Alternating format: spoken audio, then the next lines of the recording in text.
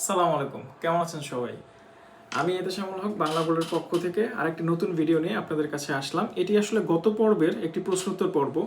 একজন ভাই একটি মূল্যবান কমেন্ট করেছে যে আমার টনসে পাশকৃত স্বর্ণ আপনাদের এখানে হলমার্ক করতে দেওয়ার পর সেটি আপনারা ফেল দিয়েছেন, তার মানে হচ্ছে আপনারা বাটপার। আচ্ছা ভাই, আপনি কারোর সাথে প্রতারণা করবেন, সেখানে আমি সহযোগিতা করলে আমি ভালো, আর না হয় আমি বাটপার, এটা কেমন কথা ভাই? আর আরেকটা বিষয় হচ্ছে, আপনার পাশকৃত স্বর্ণ আমি ফেল দিয়ে আমার কি লাভ?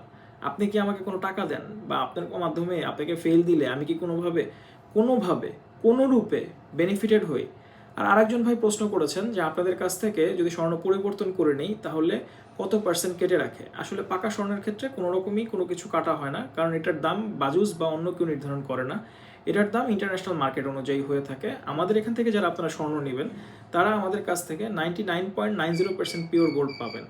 আমরা তাঁতীবাজার বাদেও বায়তুল মোকাররমে আমাদের দ্বিতীয় শাখা, সেখান থেকেও আপনি স্বর্ণ পরিবর্তন করে নিতে পারেন। ধন্যবাদ।